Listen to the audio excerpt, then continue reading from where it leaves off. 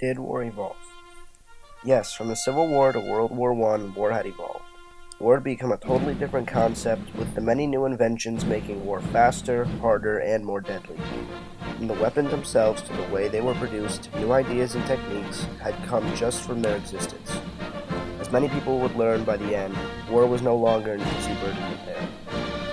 The first evolution of war to be analyzed are the militant technological advancements that were new to World War I. Muskets, single-fire rifles, and repeaters dominated the battlefields of the Civil War, also making the tactics different from those of World War I. Soldiers of World War I were now sporting more advanced rifles such as the German Mauser, British Lee Enfield, French Lebel, or the U.S. Springfield. While these weapons still were not fully automatic, they had improved power, accuracy, mobility, and they were now semi-automatic instead of having to reload after every shot. Though personal handheld rifles were not viable for rapid-fire use, automatic weapons still made their way to the front lines. Countries would use automatic machine guns to mow down rows of soldiers due to the technology advancements outrunning the tactics. Trench warfare was being used when the tactic was so outdated, soldiers of the Civil War had at one time used it. Grenades also brought improvements, causing larger explosions with more shrapnel, killing off more enemy soldiers. Grenades were also the means of delivery for a new type of warfare. Grenades filled with poisonous gases, such as mustard gas, were now launched into enemy trenches, causing much more pain and death.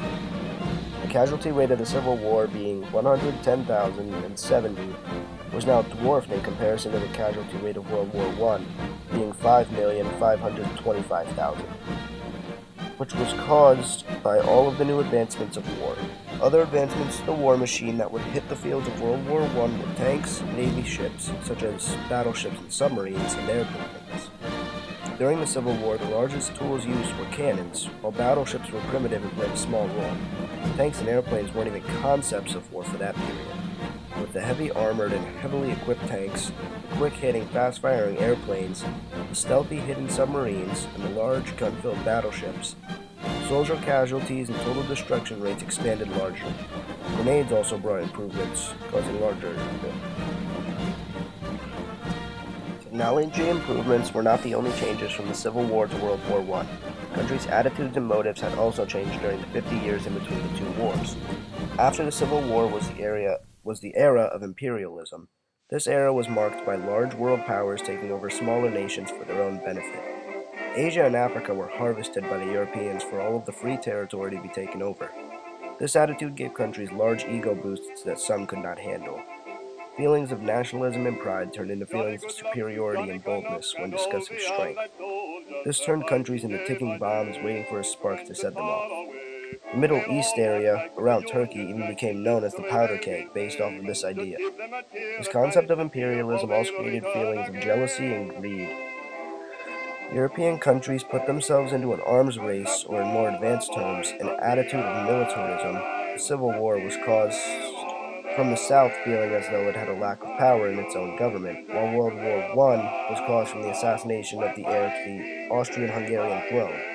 The assassination caused Austria-Hungary to make unacceptable demands, leading to their declaration of war on Serbia.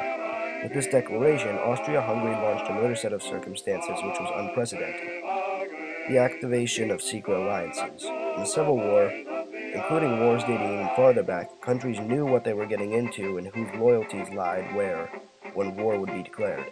At the start of World War I, some countries really had no clue who they were picking fights with when they decided to get involved.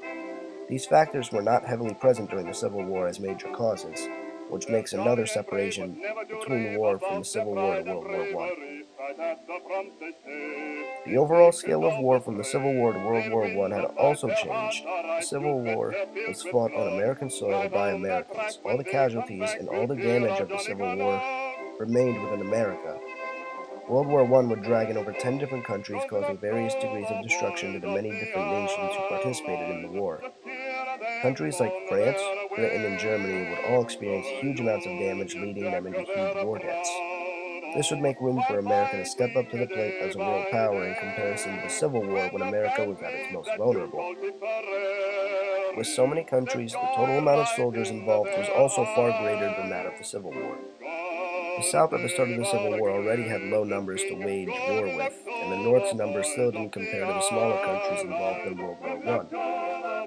The demands forced upon the losing sides would also be drastically different from that of the Civil War. The Ottoman Empire wouldn't exist after the Treaty of Versailles. Austria-Hungary would be totally crippled in the end, would be territorially crippled in the end, and Germany would be thrown into such huge war debt trying to pay back the reparations, an entirely new conflict would eventually stem from it.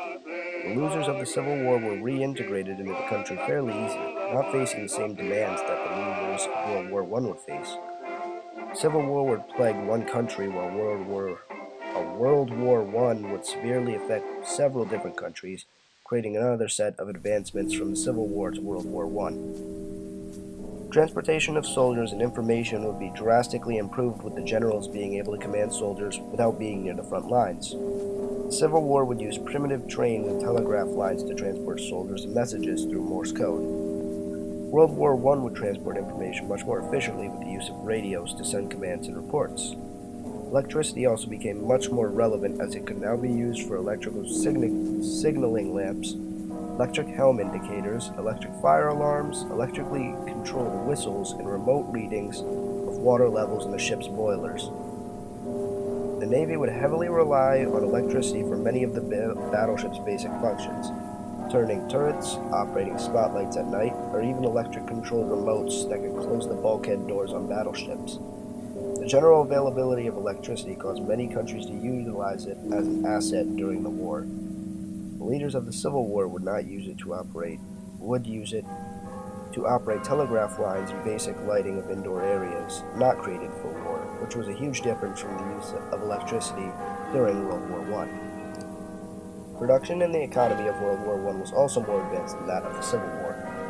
The U.S. total labor force expenditures increased nearly tenfold in comparison to that of the Civil War. While hiding behind a mask of neutrality, the U.S. was gearing up for war, selling war bonds, recruiting soldiers, and switching the economy to a war economy. The Civil War came on in a somewhat sudden fashion, with the North not being incredibly prepared for war at the time.